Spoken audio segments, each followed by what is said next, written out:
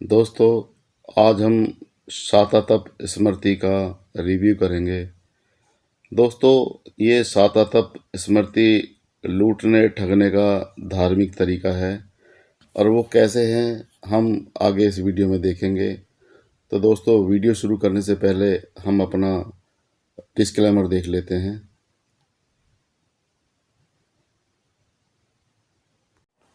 चलिए दोस्तों, वीडियो शुरू करते हैं। दोस्तों, इस वीडियो को देखने के बाद आप लोगों से ठगना लूटना उससे होशियार हो जाओगे। आप किसी से ठगोगे नहीं, किसी से लुटोगे नहीं। तो दोस्तों, आगे बढ़ते हैं। दोस्तों, ये पहला ही पेज है सातातप स्मृति का, और इसमें ये पहला और दूसरा श्लोक है, और हम इसका सारा हिंदी में ही अनुवाद करेंगे। बाकी मैं इस पेज दे दूंगा, आप इसमें पेज पर पढ़ भी सकते हैं, औरों को पढ़ा भी सकते हैं। दोस्तों, ये पहला और दूसरा श्लोक है।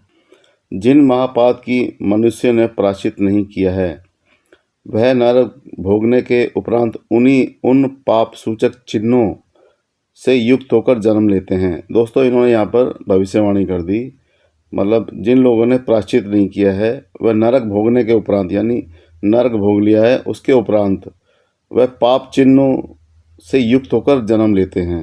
यानी कि दोस्तों, अगर किसी के बॉडी पर किसी भी तरह का चिन्ह है तो उसने पाप किया है, इनके इस सातातप स्मृति के अनुसार। दोस्तों, ये कितना झूठ और कितना गप पेला है इन्होंने।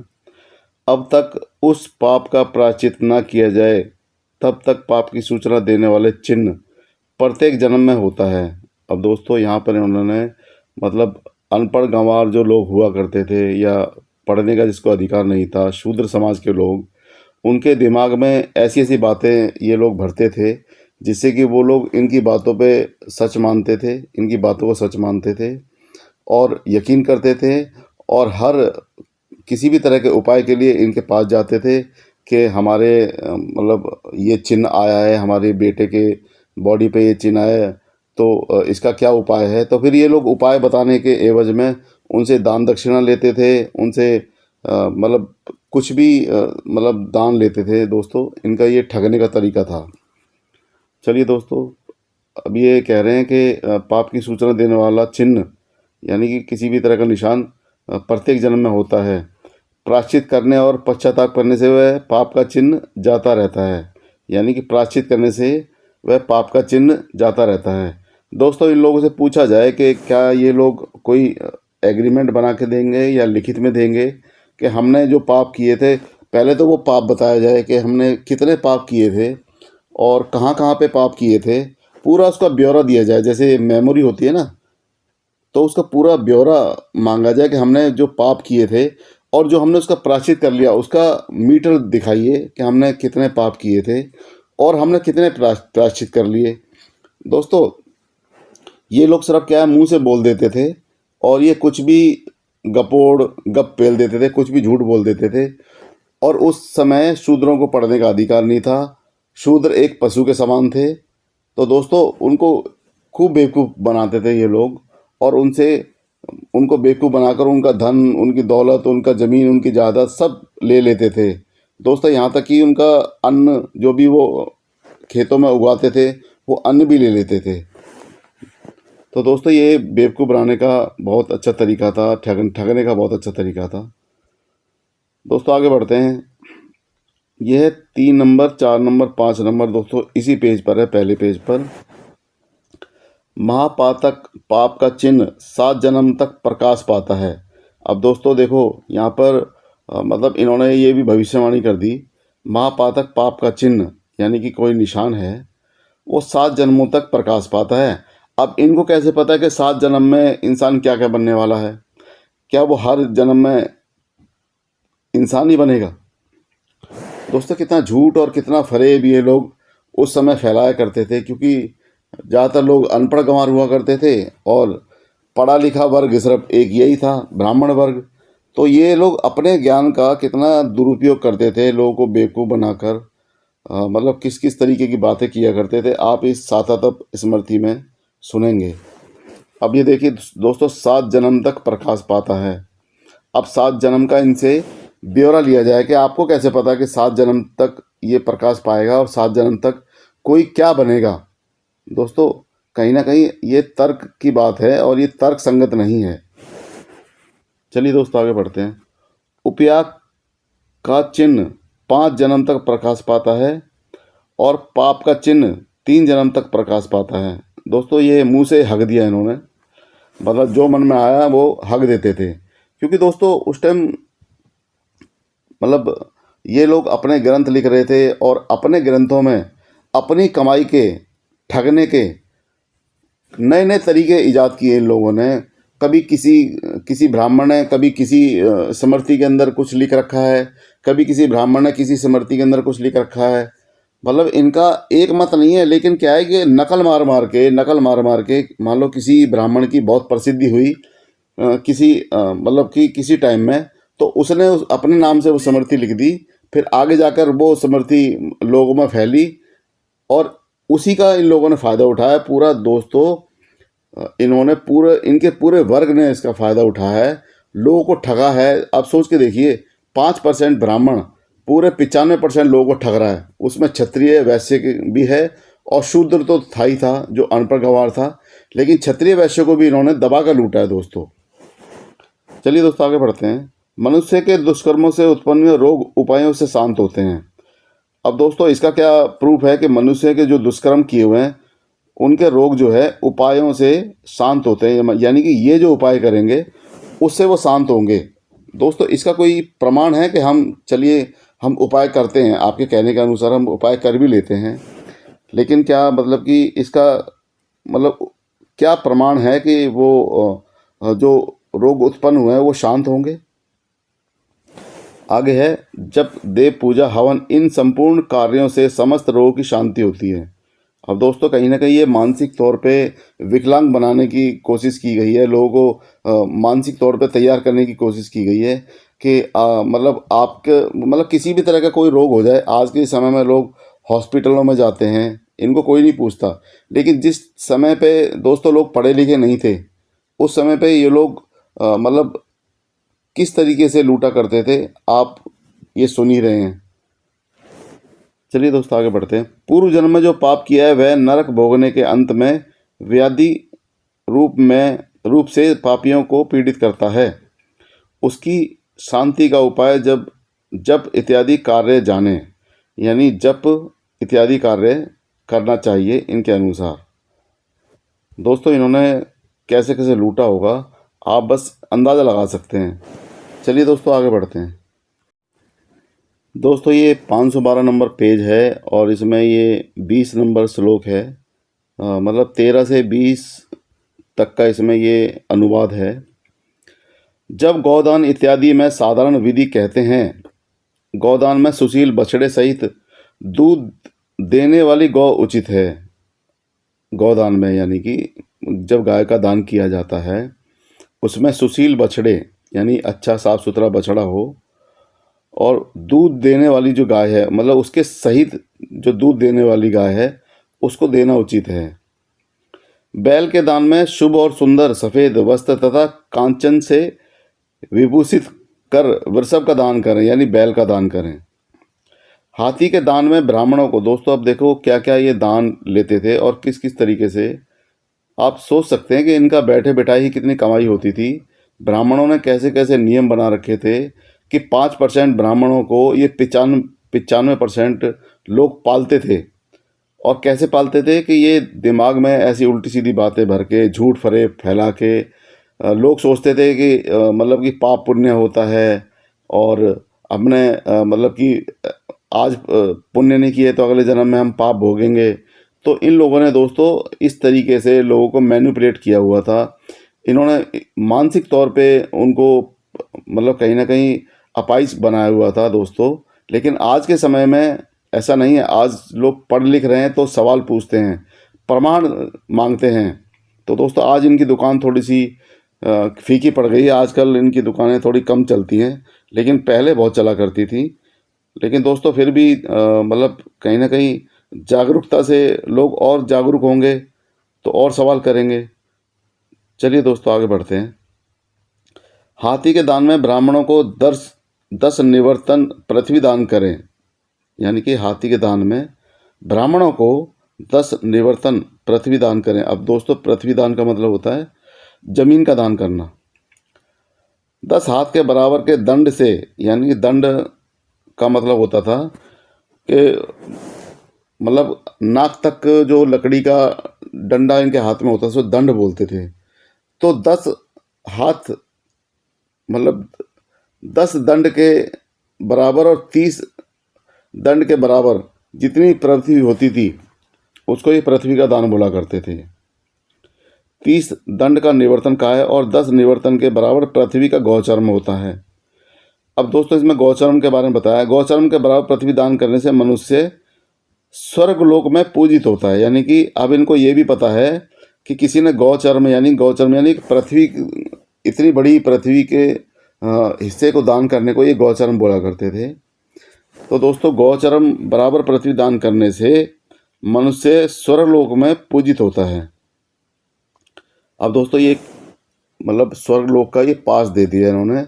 मतलब किसी ब्राह्मण को अगर किसी मनुष्य ने गौचर्म के बराबर पृथ्वी दान कर दी तो दोस्तों ये स्वर्ग लोक का पास दे देते थे और उसको ये भी बता देते थे कि अब आपकी पूजा होगी स्वर्ग लोक में। अब दोस्तों इसका कोई प्रमाण तो था नहीं, लेकिन ये लोग क्या है, मुंह से हकना था तो मुंह से हकते थे, मतलब कुछ भी बोल देते थे इसको बिना कोई प्रमाण के। 100 निष्क तोले के चौथाई निष्क को स्वर्ण कहा जाता है। यानी कि दोस्तों सोना, यानी कि इन्होंने क्या है भाषा का इतना अंतर कर दिया कि आम लोग समझ ना पाए, बस यही लोग समझा पाते थे। किसी ने अगर बोल दिया कि आपको ये 100 तोले निष्क मतलब कि दान करने हैं, तो वो दोस्तों किससे पूछेगा? ब्राह्मण से, और ब्राह्मण बताएगा निष्क यानी सोने को दान करने के लिए बोला गया है। आम भाषा में ये गुप्त रखा गया है। चौथाई निष्क को स्वर्ण कहा है। और घोड़े के दान में कोमल सुलक्षण चिकना और सामग्री सहित सुंदर घोड़ा दें। अब दोस्तों यहाँ पर इन्होंने घोड़ा भी मांग लिया। जिस स्थान में भैंस का दान कहा गया है उस स्थान में स्वर्ण यानी सोना और अस्त्र शस्त्रों से युक्त कर भैंस का दान करें। यानी इसमें अस्त्र शस्त्र से युक्त हो और भैंस का दान करें। और महादान के स्थान में स्वर्ण यानी सोना और फल सहित हाथी का दान करें। दोस्तों देखो कैसे ये ठगने की इन्होंने ठग विद्या बना रखी थी और लोगों को किस किस तरीके से लूटते थे। देवता के पूजन में उत्तम 1 लाख फूल प्रदान करें और ब्राह्मणों के भोजन में 1 सहस्त्र ब्राह्मणों को मिष्ठा अन्न दें। यानी मिष्ठान, मीठा यानी कि दोस्तों बर्फ़ी हो गई, लड्डू हो गए, बालूशाही हो गई, इस तरह के मिष्ठान ये लोग दान करवाते थे। और कितना कितना दान करवाते थे दोस्तों देख लो आप। अगला है त्र्यंबकम। महादेव के जप में लाख फूलों से महादेव जी का पूजन कर 11 रुद्रों का जप करें। अब दोस्तों 11 रुद्र इनके ये बनाए हुए काल्पनिक, मतलब सब ये वो थे, देखा किसी ने ही नहीं है दोस्तों। सिर्फ ये इन्होंने क्या है काल्पनिक डर दिखाया है, भगवान का डर दिखाया है और स्वर्ग नरक का डर दिखाया है, जन्मों का डर दिखाया है कि अगले जन्म में आप कुत्ते बनोगे, उससे अगले जन्म में आप सूअर बनोगे, उससे अगले जन्म में आप कुछ और बनोगे। बस क्या है दोस्तों, क्योंकि लोग पढ़े लिखे नहीं थे उनकी बात पर भरोसा कर लेते थे, तो ये लोग डर दिखाकर, जैसे आज के समय में डर दिखाकर वकील आपको लूटता है, या फिर डर दिखाकर डॉक्टर आपको लूटता है कि भई अगर आपने ये इलाज नहीं कराया तो आप मर जाओगे। इसी तरीके से ये ब्राह्मण इतने सदियों से, इतने सालों से आम जनता को लूटता हुआ चला आ रहा है दोस्तों।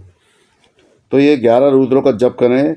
गुग्गल और धरत से दशांश हवन करके वरुण देवता के मंत्रों से अभिषेक करें और शांति के क्रम में ग्रहों की शांति पर गण शांति करें। दोस्तों इसी में नीचे जाकर अगला है 22, 23, 24, 25। अन्न के दान में 60 खारी अन्न का दान कर कहा है। वस्त्र के दान में दोस्तों ये कपड़े भी दान करवाते थे। वस्त्र के दान में कपूर सहित रेशम, देखो दोस्तों रेशम का वस्त्र दान करें। यानी कि सूती वस्त्र भी नहीं लेंगे तो रेशम का वस्त्र लेंगे, इन्हें भी मतलब बढ़िया चाहिए दोस्तों। 10, 5, 8 अथवा 4 उत्तम ब्राह्मणों को पास बैठाकर अपनी कामना के अनुसार संकल्प करने के उपरांत, दोस्तों संकल्प क्या है, ये बेवकूफ़ बनाने का तरीका होता था कि आप संकल्प ले लो, हाथ में पानी भर के संकल्प ले लो और फिर कहीं ना कहीं उसको कर्जदार बना देते थे। वो कर्जा इनको देने में लगा रहता था कि आपने संकल्प लिया था, आप कर्जा दो। और इन ब्राह्मणों को किसी की भावनाओं से कोई लेना देना नहीं होता था। ये लोग जहाँ पे इनको दिखता था कि ये लूट सकता है, उसको दबा कर लूटते थे दोस्तों। तो दोस्तों ये संकल्प करके उपरांत विष्णु का पूजन कर ब्राह्मणों को गौ और यथाशक्ति दक्षिणा दें। यानी गाय तो देनी देनी है, यथाशक्ति का मतलब होता है जितनी तुम्हारी शक्ति है उतनी दक्षिणा दें। अब दोस्तों मतलब कि इनको बैठे बिठाए बिना कर्म किए बिना काम किए इनको दक्षिणा भी चाहिए, क्योंकि दोस्तों इनको खाने को भी चाहिए, इनको पीने को भी चाहिए, इनको दान भी चाहिए, इनको फिर दक्षिणा भी चाहिए और दोस्तों फिर इनको सेवा भी करवानी है, क्योंकि दोस्तों इन्होंने अपने आप को देवता बना के रखा हुआ था। लेकिन आज का पढ़ा लिखा समाज इनको कहीं देवता वेवता नहीं मानता और उसका कुछ नहीं होता।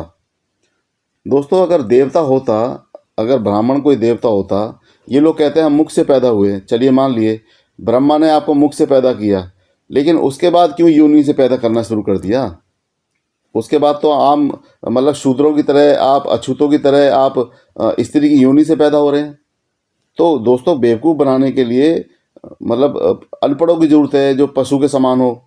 तो इन्होंने शूद्र समाज को, ओबीसी समाज को और अछूत समाज को, दलित समाज को इन्होंने अनपढ़ गंवार बना कर रखा। लेकिन अब संविधान बनने के बाद लोग पढ़े लिख रहे हैं तो सवाल कर रहे हैं, और यही लोग नहीं चाहते थे कभी भी कि लोग पढ़े लिखें सवाल करें, क्योंकि दोस्तों इनकी दुकानदारी बंद हो जाती है। लोग तर्क वितर्क करते हैं, सवाल पूछते हैं, प्रमाण मांगते हैं, तो इन लोगों की दुकान नहीं चल पाती है। दोस्तों कभी भी कोई पढ़ा लिखा इंसान जब सवाल करने लग जाता है तो ये लोग अपनी मतलब टोसा टम्बर उठाकर निकल लेते हैं दोस्तों। चलिए दोस्तों आगे बढ़ते हैं। आभूषणों से ब्राह्मणों को शोभायमान कर, इसमें ब्राह्मणों को गौ और यथाशक्ति दक्षिणा दें, यानी अब जितनी शक्ति हो उतनी दक्षिणा दें। फिर वस्त्र और आभूषणों से ब्राह्मणों को शोभायमान कर उनसे शास्त्रोक्त यानी शास्त्रों के अनुसार और पाप के अनुसार प्रायश्चित को मांगे, यानी कि उनसे प्रायश्चित मांगें। दोस्तों ये दे तो कुछ नहीं सकते थे, सिर्फ ये मोक्ष दिला सकते थे, स्वर्ग नरक की आपको कल्पना कर सकते थे, प्रायश्चित की बातें कर सकते थे, धर्म कर्म की बातें कर सकते थे, लेकिन ये दोस्तों लेने के नाम पर खूब लेते थे लेकिन दे नहीं सकते थे। प्रायश्चित मांगे और उनकी आज्ञा ले भली भांति प्रायश्चित कर मनोरथ पूर्ण करने वाले ब्राह्मणों की पूजा करें। दोस्तों देखो यहाँ पर इन्होंने फिर ब्राह्मणों की पूजा करवाई है। इसके पीछे ब्राह्मण संतुष्ट होकर व्रत करने वाले पुरुष को आज्ञा दें। चलिए दोस्तों ये यहाँ पर ख़त्म हुआ, अगले पेज पर चलते हैं। दोस्तों ये 413 नंबर पेज है और इसका ये 26, 27, 28, 29, 30, 31 नंबर श्लोक का ये अनुवाद है। जप तप तथा यज्ञ इत्यादि के कर्म में जो न्यूनता रह जाती है, यानी कि वो कमी रह जाती है, वह ब्राह्मणों की वाणी से दूर हो जाती है। अब दोस्तों यहाँ पर इन्होंने ब्राह्मणों की वाणी इतनी मतलब कि वो बता दी, उसका इतना मान बता दिया कि जब तब अगर इंसान कोई भी कुछ कर रहा है, यज्ञ कर रहा है, मतलब इस तरीके के कर्म में मतलब कुछ भी कमी रह जाती है, न्यूनता रह जाती है, वह ब्राह्मणों की वाणी से यानी ब्राह्मणों के बोलने से ही दूर हो जाती है।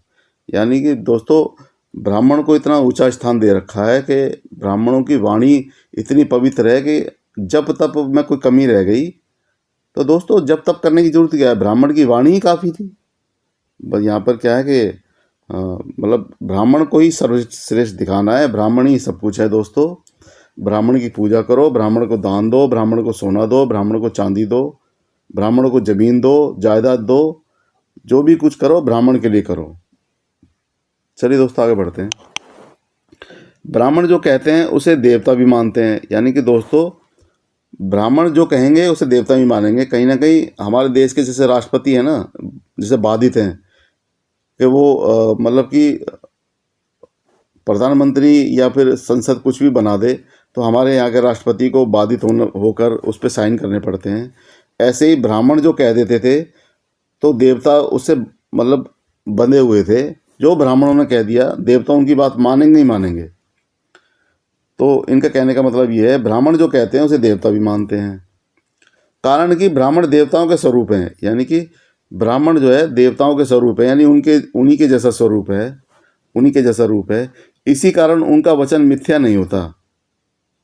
मतलब उनका इसी कारण से उनका जो वचन यानी उनका जो बोले हैं वो जो बोलते हैं वो झूठ नहीं होता, मिथ्या नहीं होता। उपवास, व्रत, स्नान, तीर्थ यात्रा, फल और तपस्या, यह सब जिसके ब्राह्मणों ने संपन्न कर दिए हैं उसको इनका संपूर्ण फल होता है, यानी संपूर्ण फल मिलता है। जिस कार्य में तुम्हारा यह कार्य सिद्ध हो गया, यह वचन ब्राह्मण कह दे। दोस्तों कितना बड़ा इसमें बड़ी बात कही है कि ब्राह्मण कह दे, और ये लिखने वाला भी कोई ब्राह्मण ही है। दोस्तों इस बात का ध्यान रखना, ये जो मतलब जितनी भी हम स्मृतियाँ पढ़ते हैं, क्योंकि ये ब्राह्मण की गाथा ब्राह्मण ही लिख रहा है। क्योंकि दोस्तों उस समय में कोई और तो होता नहीं था, क्योंकि ब्राह्मण ही मतलब कि पढ़ा लिखा वर्ग होता था। तो ये ब्राह्मण की गाथा ब्राह्मण यानी कि मतलब अपनी बड़ाई अपने मुंह से कर रहे हैं ये लोग, किसी और के मतलब मुंह से नहीं हो रही है बड़ाई।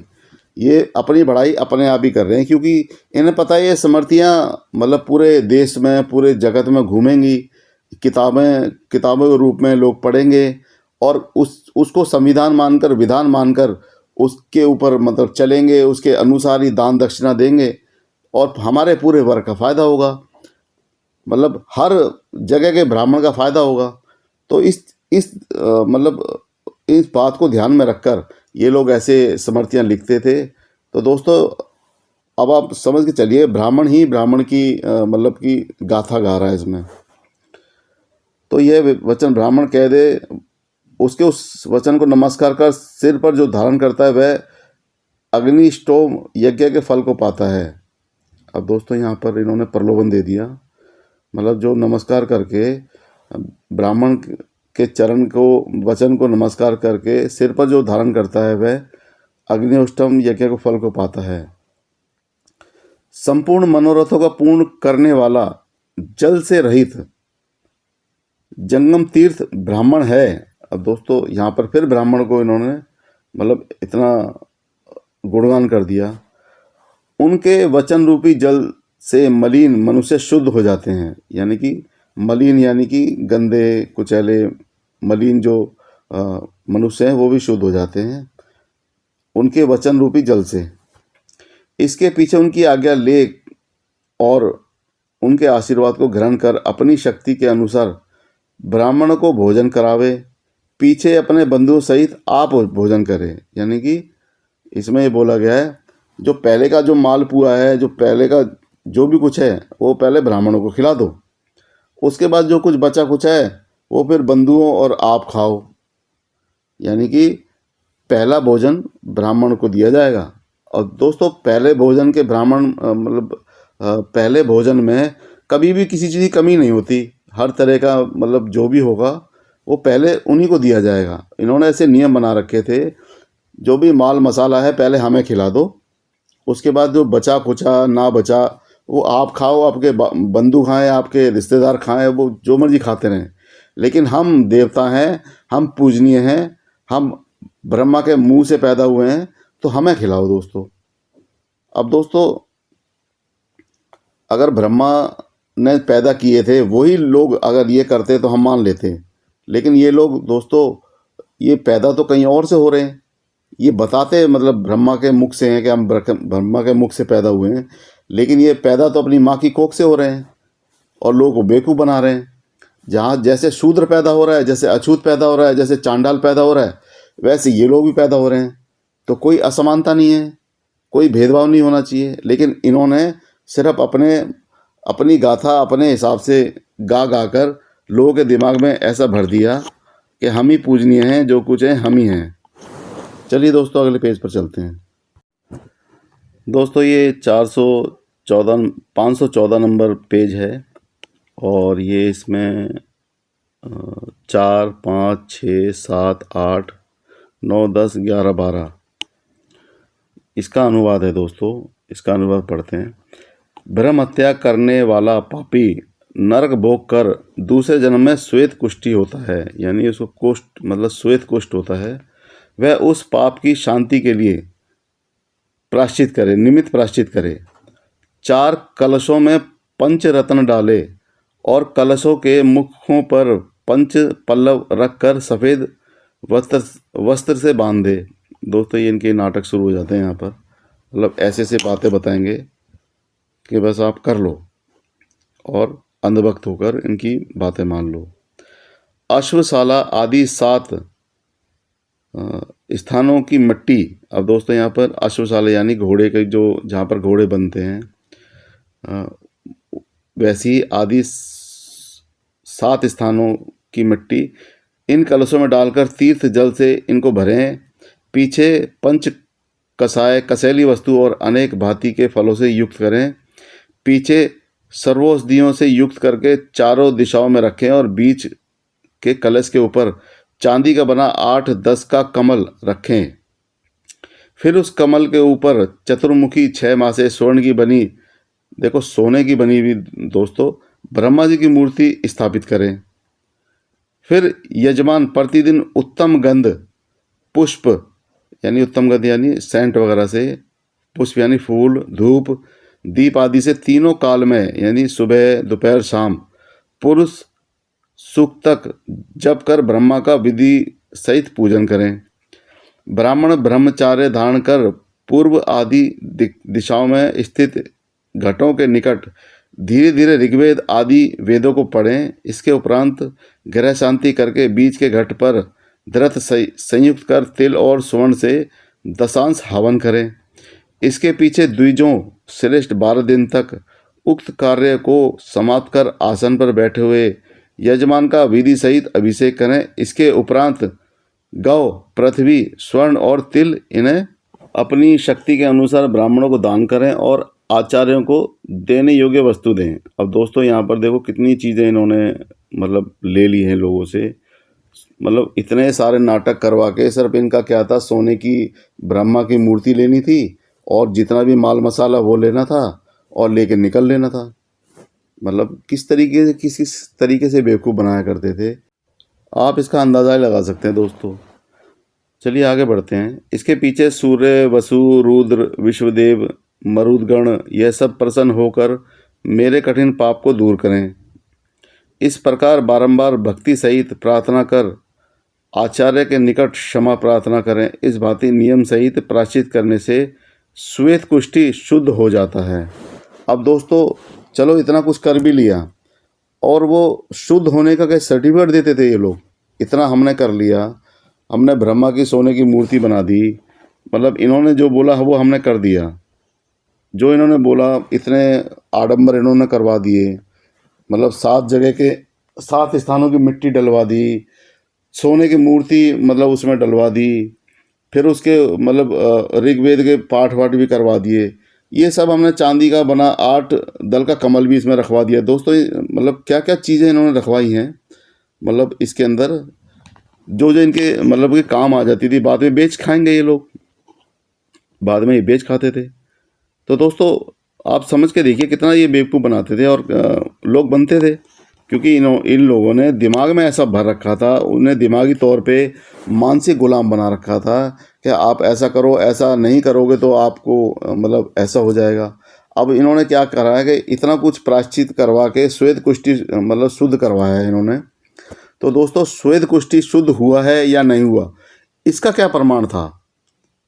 आज के समय में लोग दोस्तों अगर कोई मान लो अपना ब्लड का सैंपल लेकर कोई टेस्ट कराने जाता है तो उसमें टेस्ट रिपोर्ट दिया जाता है कि हाँ आपका ये मतलब परेशानी आई है, ये बीमारी है, लेकिन इन लोगों के पास तो कोई किसी तरह का प्रमाण नहीं था। बस ये लोग अपने मुंह से बोलते थे और लोगों को बेवकूफ़ बनाते थे और लोग बेवकूफ़ बनते थे, क्योंकि लोग पढ़े लिखे नहीं थे, अनपढ़ थे, गंवार थे। तो दोस्तों आप सिर्फ ये अंदाज़ा लगा सकते हैं कि इन लोगों ने कितना दबा के लूटा है लोगों को, कितनी मतलब मैं सिर्फ शूद्र समाज की बात नहीं कर रहा हूँ, इन्होंने क्षत्रिय समाज, वैश्य समाज और भी सभी समाज को लूटा है दोस्तों। इन्होंने यजमान बनाकर इनको झाड़ के पेड़ पे चढ़ाकर इनको, मतलब ये लोग दूसरों का एग्जाम्पल भी देते थे कि देखो उस राजा ने इतने हाथी दान किए थे, इतना सोना दान किया था, इतना, मतलब ऐसी ऐसी कथाएं बताते हैं जिससे कि वो लोग मतलब इनके चढ़ाए में चढ़ जाते हैं। और वो लोग अपना, मतलब कि जितना देना होता है, मान लो उनकी जेब में मतलब कि 1 लाख रुपए पड़ा है, तो वो क्या करते थे, 1 लाख के साथ साथ और भी धन देने को तैयार हो जाएं, ऐसी ऐसी कथाएं सुनाया करते थे। यानी कि उनको मानसिक तौर पर तैयार करते थे कथाएं सुना सुना कर कि उस राजा ने, उस यजमान ने इतना दान किया था, इतने ब्राह्मणों को मतलब ब्राह्मण भोज करवाया था, मतलब उसको इतना चढ़ा देंगे, उस अगर वो नहीं देगा तो उसको इतना नीचा दिखा देंगे कि आप क्या दे रहे हो, उन्होंने तो इतना दिया था। तो इस तरीके से इन लोगों ने दोस्तों हर समाज से अपना दान ले लेकर भर लिया, और आज आप लोग गरीब हो गए। ये लोग, आप इनकी अगर प्रॉपर्टी की जांच करेंगे तो दोस्तों ज़मीन ज़्यादा इनके पास बहुत मिलेगी, इनके पास सोना चांदी बहुत मिलेगा। इनके सारे रिश्तेदार, ये लोग ये कहते हैं कि हम शूद्र सेवा करेगा, लेकिन आज के समय में ये लोग अच्छे अच्छे पदों पर नौकरी करते हुए मिल जाएंगे आपको। हर जगह पर यही आपको मिलेंगे, क्योंकि दोस्तों हर जगह का फ़ायदा उठाने का इन्होंने ठेका ले रखा है। हर जगह यही लोग फ़ायदा उठाते हैं, ये सिर्फ बेवकूफ़ बनाते हैं और अपना मतलब हल करते हैं। चलिए दोस्तों आगे बढ़ते हैं। दोस्तों इसी पेज पर ये 13, 14, 15, 16, 17, 18, 19 ये श्लोक है। गौ की हत्या करने वाला कुष्ठी होता है। अब दोस्तों कुष्ठी का मतलब जिसको कुष्ठ रोग हो जाता है तो उसको कुष्ठी बोलते हैं ये। और नरक भोगने के अंत में उसका प्रायश्चित इस भांति है, यानी इस प्रकार है कि पूर्वोक्त द्रव्यों से संयुक्त कर, यानी कि ऊपर के जो संयुक्त द्रव्य थे उनको इकट्ठा कर, संयुक्त कर एक घट को स्थापित करें और लाल चंदन से उस घट पर लेप करें। फिर लाल फूल और लाल वस्त्र उस घट के ऊपर रखें। इस भांति उस घट को लाल करके दक्षिण दिशा में रखें। इसके पीछे तिल चून तांबे के पात्र में भरकर उस पात्र को घट के ऊपर स्थापित करें और पात्र पर स्वर्ण के निष्क यानी तोला का भेद से बनवाएं। यमराज की मूर्ति स्थापित करें, यानी कि दोस्तों सोने की मूर्ति बनवानी है यमराज की और उसको स्थापित करनी है। दोस्तों यहाँ पर इनको किसी न किसी तरीके से दक्षिणा में या किसी भी तरीके से सोना लेना है, चांदी लेनी है, ये कोई ना कोई मतलब कुछ ना कुछ ऐसा प्रपंच पेल देते थे। अब यहाँ पर इन्होंने यमराज की सोने की मूर्ति स्थापित करवाई है। फिर आगे लिखा है, मेरे पापों की शांति हो जाए, यह कहकर पुरुषुक्त मंत्र द्वारा यमराज का पूजन करें। इसके पीछे सामवेद का जानने वाला ब्राह्मण उस कलश के ऊपर सामवेद पारायण करे। फिर सरसों से दशांश हवन कर पावमानी ऋचाओं से अभिषेक करने के उपरांत धर्मराज की मूर्ति आचार्य को दें। अब दोस्तों धर्मराज की मूर्ति भी सोने की होगी, क्योंकि पत्थर की मूर्ति या मिट्टी की मूर्ति तो नहीं लेंगे ये। भैंसे पर चढ़ा हाथ में भयंकर दंड लिए दक्षिण दिशा का स्वामी यमराज देवता मेरे पापों को दूर करे, यह कहकर आचार्य को विदा कर 1 महीने तक उत्तम भक्ति करे। ब्राह्मण और गौ के मारने वाले की यह शुद्धि कही है। तो दोस्तों ये शुद्धि कही है, लेकिन इसमें ये नहीं बताया गया कि आपकी शुद्धि का प्रमाण हम देंगे। दोस्तों ये चलो मैं मान लेता हूँ कि भाई किसी ने गाय की हत्या की है तो उसका ये पूरा के पूरा इन्होंने ताम तोबड़ा, ये जो भी इन्होंने ये नाटक इसमें किया है, चलो जो भी किया है, मतलब कोई प्रायश्चित किया है, लेकिन दोस्तों जब तक इसका प्रमाण नहीं मिलेगा तो हम तो नाटक ही मानेंगे।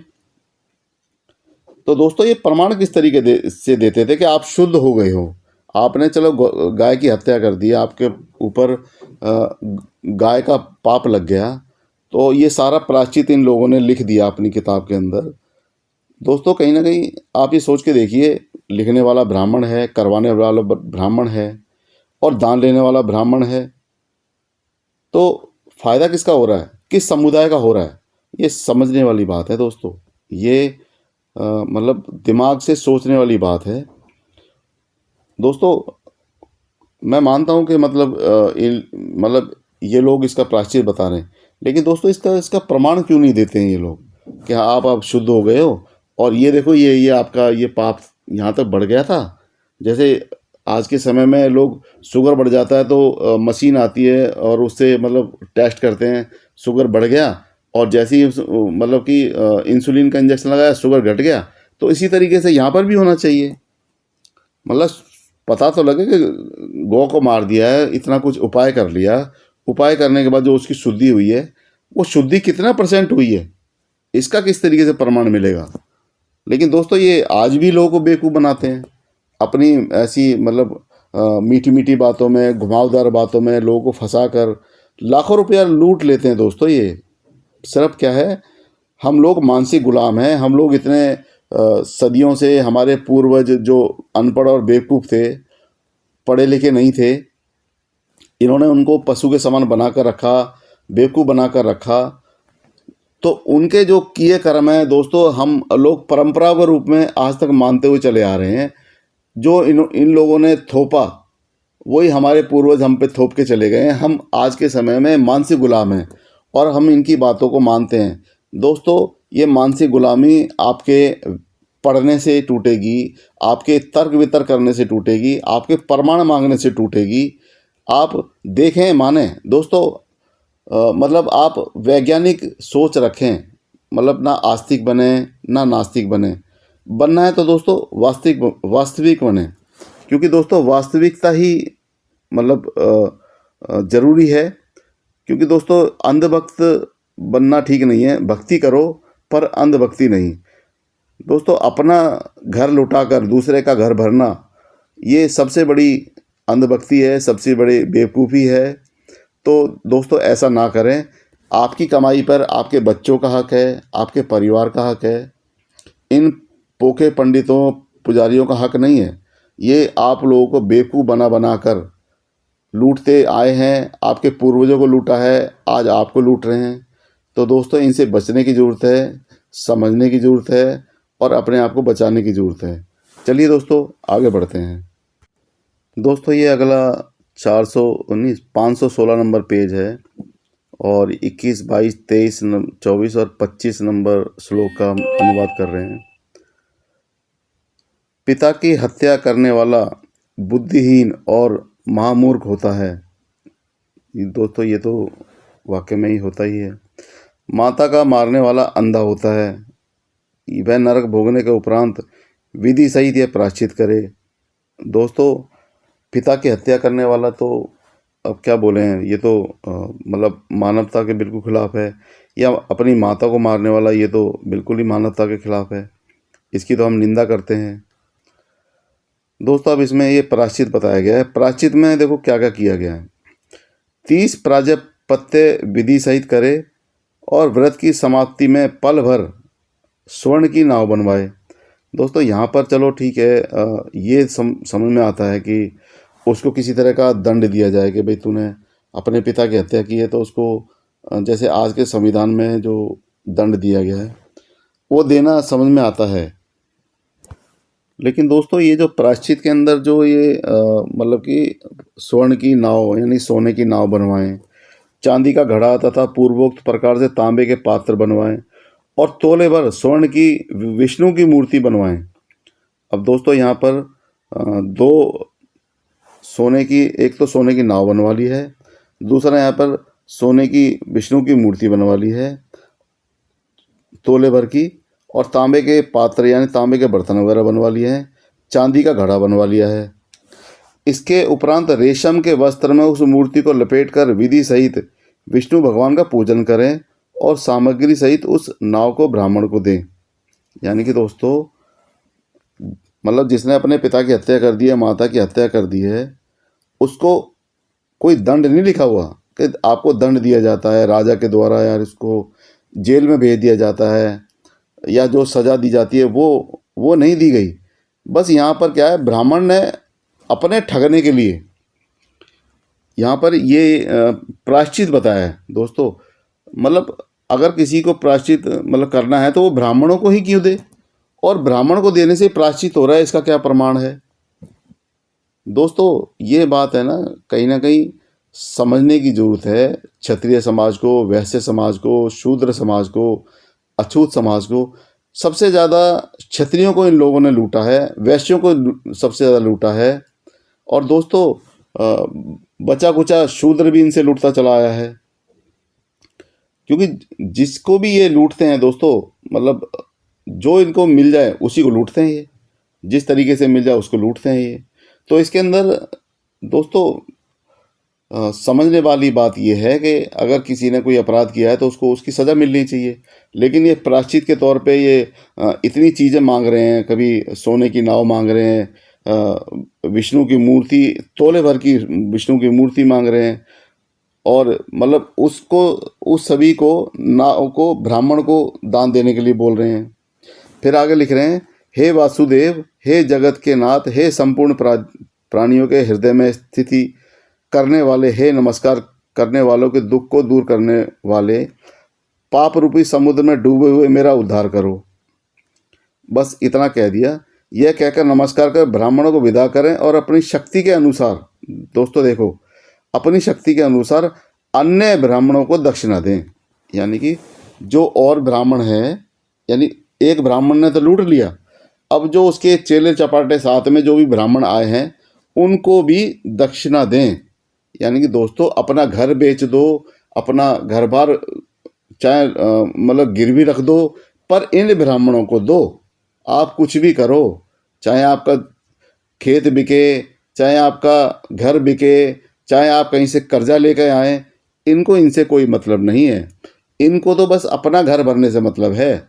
दोस्तों ये पूरी मंडली चलती थी, और मंडली के साथ मतलब खाना पीना, कपड़े, मतलब हर चीज़ इनको मिलती थी। दोस्तों इन लोगों ने ठगने के कैसे कैसे विधान बना रखे थे दोस्तों, मैं मान लेता हूँ, चलिए मतलब इन्होंने ये प्रायश्चित बताया है, तो दोस्तों वो प्रायश्चित हुआ है या नहीं हुआ, उसका प्रमाण किस तरीके से देंगे ये लोग। इनके पास किसी तरह का कोई प्रमाण या कोई सर्टिफिकेट होता ही नहीं था, ना प्रायश्चित करने का कोई यंत्र होता था कि नाप दिया। बस दोस्तों इन्होंने जो बोल दिया उसी बात पर भरोसा कर लो। ये देवता हैं, इन्होंने अपने आप को देवता स्थापित कर रखा है, और ब्रह्मा के मुंह से पैदा हुए हैं, ये इसका सर्टिफिकेट है। लेकिन ब्रह्मा के मुंह से किसी ने पैदा होते हुए देखा नहीं है। बस इन्होंने अपनी गाथा, अपने ग्रंथ लिखे हैं, खुद अपने ग्रंथ लिखे हैं, अपने आप को देवता बनाया है, अपनी ही पूजा कराई है। लिखने वाला भी ब्राह्मण, और लिखवाने वाला भी ब्राह्मण, गाथा गाने वाला भी ब्राह्मण, दान लेने वाला भी ब्राह्मण, पूजा करवाने वाला भी ब्राह्मण। बस और बाकी जो समाज है वो बेवकूफ़ बनने के लिए इनके प्रपंचों में आता रहता है, भक्त बनाकर, अंधभक्त बनाकर बस लूटने में ये लोग लगे रहते हैं। दोस्तों कुछ भी आप काम कराइए, मैं ये नहीं कहता कि आप मत मानिए, लेकिन दोस्तों उसका प्रमाण ज़रूर लीजिए कि हम ऐसा कर रहे हैं, इसका क्या प्रमाण है कि हमने इतना कुछ आपको दे दिया, इतना सब कुछ हमने आपको दान दे दिया, दक्षिणा दे दिया, हमने पूरा प्रायश्चित कर लिया, लेकिन इसका क्या प्रमाण है कि हमारा प्रायश्चित पूरा हुआ और हमारे पाप अब खत्म हो गए।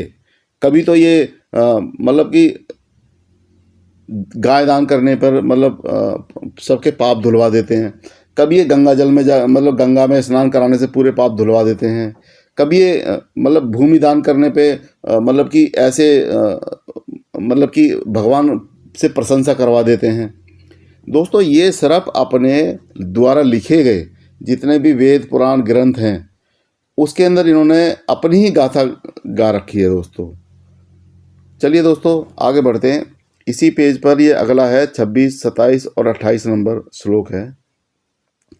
भगिनी यानी बहन की हत्या करने वाला बहरा और भाई को मारने वाला गूंगा होता है।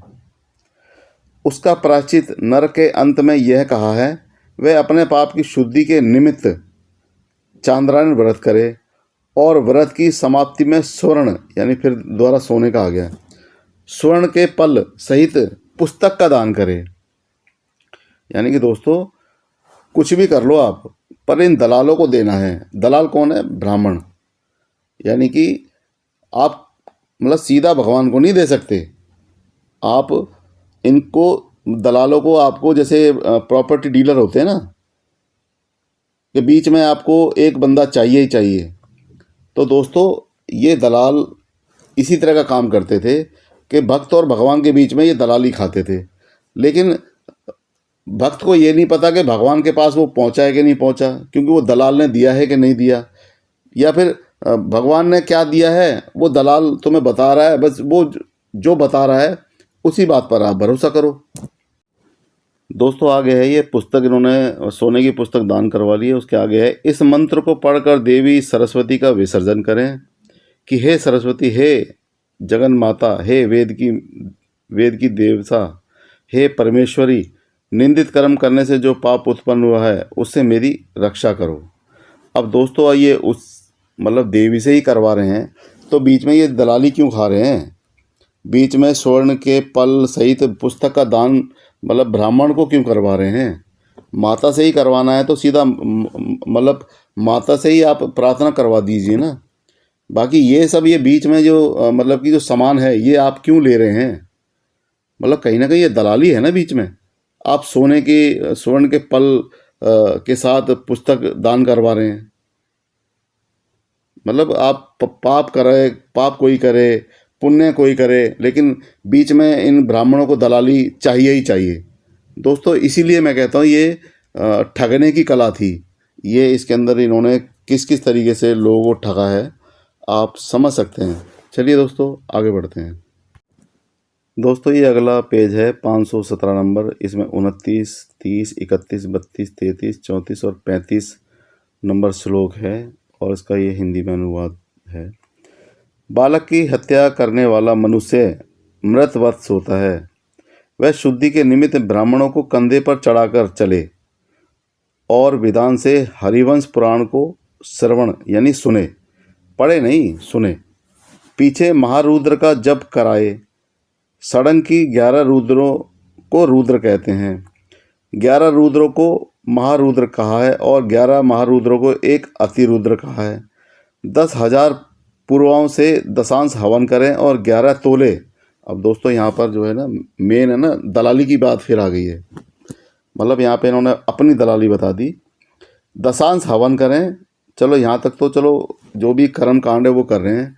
अब यहाँ पे दलाली क्या बताई है इन्होंने अपनी, और 11 तोले भर स्वर्ण की दक्षिणा दें, यानी 11 तोले सोने की दक्षिणा दें, ये इनकी दलाली है। धन के अनुसार 11 पल स्वर्ण दें और अन्य ब्राह्मणों को भी अपनी शक्ति के अनुसार। अब दोस्तों एक ब्राह्मण तो ले ही रहा है जो पूजा पाठ करवा रहा है, जो ये नाटक करवा रहा है, उसके साथ साथ जो मंडली साथ चलती है उसको भी अन्य ब्राह्मणों को अपनी शक्ति के अनुसार दक्षिणा दे।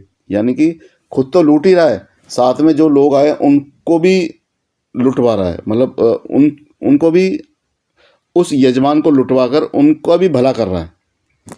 पीछे वरुण देवता वाले मंत्रों स्त्री सहित यजमान को स्नान कराए और आचार्य को वस्त्र तथा आभूषण दे। अब इसमें आचार्य कौन है? कोई एक आचार्य बनाकर ले जाते थे, उसको भी ये कुछ ना कुछ दिला देते थे, ये भी वो भी ब्राह्मण ही होता था। चलिए दोस्तों आगे बढ़ते हैं। इसी पेज पर आगे है 36 नंबर और 37 नंबर। गोत्र की हत्या करने वाला पुरुष कुष्ठी और वंश से हीन होता है। यानी कि मतलब कि उसके परिवार से हीन होता है और कुष्ठी होता है, यानी कि जो कुष्ठ रोग हो जाता है।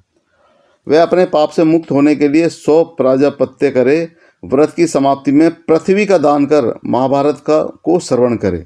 अब दोस्तों यहाँ पर इन्होंने ये कितनी गप पे ली है। यानी कि जो व्रत की समाप्ति मतलब जो 100 प्राजापत्य व्रत करेगा उसमें व्रत की समाप्ति करने पर पृथ्वी का दान कर। अब पृथ्वी का दान कोई छोटा मोटा दान नहीं था, मतलब कि 30 दंड, यानी कि आप मान लो कि एक दंड में 5 से 6 फुट का होगा इंसान, तो उसकी नाक के बराबर का वो डंडा होता था। 10 दंड चौड़ा और 30 दंड लंबा, इतनी बड़ी पृथ्वी, मतलब इतनी जो भूमि होती थी उसका दान ये लोग मांगते थे। तो पृथ्वी का दान इसको गौचर्म बोलते थे। गौचर्म मतलब गाय की चर्म के बराबर। और उसमें पता नहीं कितने लोग कितने गायों को खड़े होने का ये बताते थे इनके। और उसमें लिखा हुआ है, काफ़ी बड़ा भाग होता था। और बाद में इन्होंने लिखा है, पृथ्वी का दान कर महाभारत को श्रवण करें, यानी कि महाभारत की कथा को सुने। ये दोस्तों प्रायश्चित बताया गया है। दोस्तों ये सारी बात समझ में आती है, पर ये दान की जो दलाली, मतलब पाप कोई कर रहा है और प्रायश्चित कोई कर रहा है, लेकिन ये मतलब कि बीच में दलाली खा रहा है ब्राह्मण, ये लोगों को ठग रहा है। अब ये अगला है 38 नंबर दोस्तों। स्त्री की हत्या करने वाला अतिसार रोग वाला होता है, यानी कि जो स्त्री की हत्या करता है दोस्तों, हत्या करना तो गलत ही है और आज के संविधान के अनुसार उसको दंड भी मिलता है। लेकिन इनके अनुसार जो ये लोग अपना विधान बनाते थे, ये सिर्फ क्या होता था, ठगने की ठग विद्या। तो इसमें लिया है, वह 10 पीपल के वृक्ष लगावे। चलो ठीक है, चलो दोस्तों ये तो जनहित में है कि पीपल के वृक्ष लगा रहा है। हम इसकी सराहना करते हैं कि इन्होंने पीपल के वृक्ष लगाने की सलाह दी। और शक्कर की गौ का दान करे। चलिए दोस्तों, शक्कर की गौ का दान भी समझ में आता है। अब आगे जो इन्होंने मतलब बहुत बड़ा विस्फोट किया, वो किया है, शक्कर की गौ का दान करवा लिया है तथा 100 ब्राह्मणों को भोजन करावे। अब दोस्तों किसी के बस का नहीं हो 100 ब्राह्मणों का भोजन, तो वो किस तरीके से प्रायश्चित करेगा। उसने अपनी स्त्री की हत्या कर दी, चलिए मान लिया दोस्तों, अपनी स्त्री की हत्या उसने गुस्से में की होगी, बाद में तो वो पछता भी रहा होगा। इतना उसने कर भी लिया और उसके बाद इन्होंने ये सब नाटक बता दिए, लेकिन बाद में उसको इतना बड़ा दंड दे दिया, यानी कि उसको वैसे दंड दिया लेकिन उसको आर्थिक दंड दे दिया कि 100 ब्राह्मणों को भोजन करावे। यानी कि दोस्तों अगर वो ब्राह्मणों को भोजन कराएगा तो 100 ब्राह्मणों को वो दान भी देगा। हो सकता है कि वस्त्र भी दे, सभी ब्राह्मणों को कपड़े भी दे, वो भी दे। तो ये सब नाटक ये लोग करवाते थे सिर्फ अपनी दलाली खाने के लिए। तो दोस्तों समझ सकते हैं कि आप कितनी मतलब ठग विद्या थी, कैसे कैसे लोगों को ये ठगा करते थे। चलिए दोस्तों आगे बढ़ते हैं। दोस्तों ये 518 नंबर पेज है और इसमें 39 और 40 नंबर श्लोक है। राजा का मारने वाला क्षय रोग से युक्त होता है, उसका प्रायश्चित यह है, गौ मिष्ठान जल वस्त्र धृत की और तिल की गौ इनका दान क्रमानुसार करे और मनुष्य क्षय रोग से मुक्त हो जाता है। दोस्तों आज तक तो कभी ऐसा हुआ नहीं कि क्षय रोग जो है टीबी रोग को बोलते हैं, उस टाइम में मतलब इसका इलाज तो था ही नहीं। लेकिन इन लोगों ने मतलब इसके अंदर ये गौ का मिष्ठान, जल वस्त्र की धृत, तिल की गौ इनका दान करवा कर मतलब टीबी के रोग से मुक्ति दिला दी है। दोस्तों ये यकीन करने वाली बात तो नहीं है। दोस्तों अगला है ये 41 नंबर। वैसे की हत्या करने वाला मनुष्य रक्तावुर्ध लद्दड़ रोग से युक्त होता है। यह 4 प्राजापत्य व्रत कर सतनजे यानी 7 तरह का अनाज का दान करे। और अनाज का दान किसको करेगा दोस्तों, वो ब्राह्मण को ही करेगा। शूद्र की, दोस्तों अगला है ये 42 नंबर। शूद्र की हत्या करने वाला मनुष्य दंडापतानक रोग वाला होता है। वह एक प्राजापत्य, यानी दोस्तों शूद्र के लिए एक छोटा सा वो बता दिया, क्योंकि शूद्र की तो कोई हैसियत होती नहीं थी उस समय में। तो वह एक प्राजापत्य कर दक्षिणा सहित गौ का दान करे। यानी कि अगर कोई किसी ने शूद्र की हत्या कर ली, लेकिन इनको दलाली में क्या चाहिए, मतलब दक्षिणा के सहित गाय का दान करे। इनको अपनी ये दलाली चाहिए, ये बेफालतू का, मतलब वो कहते हैं ना बेगानी शादी में अब्दुल्ला दीवाना, तो इनका ये हाल था। मतलब मार कोई रहा है, पर इनको बीच में दलाली चाहिए, और दलाली में चाहिए दक्षिणा भी चाहिए और गाय का दान भी चाहिए। अगला है दोस्तों 43 नंबर इसी पेज पर, शिल्पी की हत्या करने वाला रूखा सूखा होता है, वह उस पाप से शुद्ध होने के लिए सफ़ेद बैल का दान करे। अब दोस्तों शिल्पी यानी कोई शिल्पकार है, उसकी हत्या करने वाला रूखा सूखा होता है, उस पाप से शुद्ध होने के लिए सफ़ेद बैल का दान करे। और किसको दान करे? ब्राह्मण को। तो ये ब्राह्मण की दलाली है। दोस्तों ये 44 और 45 नंबर श्लोक है, हाथी की हत्या करने वाला मनुष्य सब कामों में अधूरा होता है, वह मनुष्य मंदिर बनवाकर गणेश जी की प्रतिमा को स्थापित करे और मंत्रों का ज्ञाता उस मंदिर में गणेश जी का एक लक्ष्य मंत्र जपे और कुल्थी का शाक और पुओं से गणेश जी का हवन करे। दोस्तों अगला है 46 नंबर, ऊँट की हत्या करने वाला तोतला होता है, वह अपने पाप से छूटने के लिए कपूरक फल दे। चलिए दोस्तों आगे बढ़ते हैं। दोस्तों ये अगला 519 नंबर पेज है और ये 47 नंबर श्लोक है, घोड़े को मारने वाला टेढ़े मुख का होता है, वह अपने उस पाप से मुक्त होने के लिए 100 पर्ण 400 तोले चंदन का दान करे। दोस्तों इनकी दलाली है 400 तोले चंदन का दान, मतलब कि मरने वाला घोड़ा है, मारने वाला कोई और है, लेकिन इनको अपनी दलाली में 400 तोले चंदन का दान चाहिए, नहीं तो उस पर पाप चढ़ेगा। अगला है दोस्तों 48 नंबर, भैंस की हत्या करने वाले मनुष्य को गुरुम रोग होता है, गुल्म रोग। खर की हत्या करने वाला खर्रोम वाला होता है, उस पाप से मुक्त होने के लिए 3 तोले स्वर्ण की प्रतिमा का दान करे। दोस्तों यहाँ पर भैंस की हत्या अगर कोई कर रहा है तो उसको गुलम रोग होता है। अब ये गुलम रोग क्या होता है ये यही जाने। अब दोस्तों इसमें इनकी दलाली है 3 तोले स्वर्ण की प्रतिमा, यानी कि 3 तोले सोने की प्रतिमा।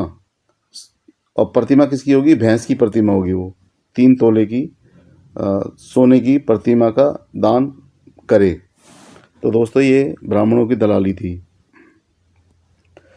तरक्षु जीव की हत्या करने वाले मनुष्य के केकर नेत्र होते हैं, वह उस पाप की शांति के निमित्त रत्नमयी गौ का दान करे, यानी रत्नों से जड़ित जो रत्नों के साथ हो तो उस गाय का दान करे। अगला है दोस्तों ये था 49, अब ये है 50 नंबर, सूकर यानी सुअर की हत्या करने वाला मनुष्य ऊंचे दांतों का होता है, वह अपने पाप से शुद्ध होने के लिए दक्षिणा सहित घी के घड़े का दान करे। अब दोस्तों मतलब ये सुअर की हत्या में भी इनको अपनी दलाली में क्या चाहिए? घी के घड़े का दान। दोस्तों कितना मतलब ये लोग मतलब हर जगह अपनी दलाली खाते थे, लोगों को बेवकूफ़ बनाते थे। मतलब कुछ भी किसी पे मतलब किस तरीके के नियम बना रखे थे इन्होंने, सिर्फ अपनी पेट भरने के लिए, अपना घर भरने के लिए लोगों को बेवकूफ़ बना कर दान के द्वारा कितना घर भरा है लोगों ने। दोस्तों आप सोच के देखिए। अगला है दोस्तों ये 51 नंबर, मृग की हत्या करने वाला लंगड़ा होता है। अब दोस्तों इस हिसाब से तो राम जी ने मृगों की बहुत हत्या की है, तो इसका मतलब वो लंगड़े हुए? कैसी गप पेल रहे हैं। गीदड़ की हत्या करने वाला एक पैर वाला होता है, वह अपने पाप से शुद्ध होने के लिए स्वर्ण से बने घोड़े का दान करे। अब दोस्तों यहाँ पर इनकी दलाली है सोने से बने घोड़े का दान। इनको तो कुछ ना कुछ चाहिए, तुम कुछ भी मार दो, चींटी मार दो तब भी इनको दलाली चाहिए, चाहे कुत्ता मार दो तब भी दलाली चाहिए, इनको तो चाहिए। अब देखो यहाँ पर बकरी का आ गया जिक्र।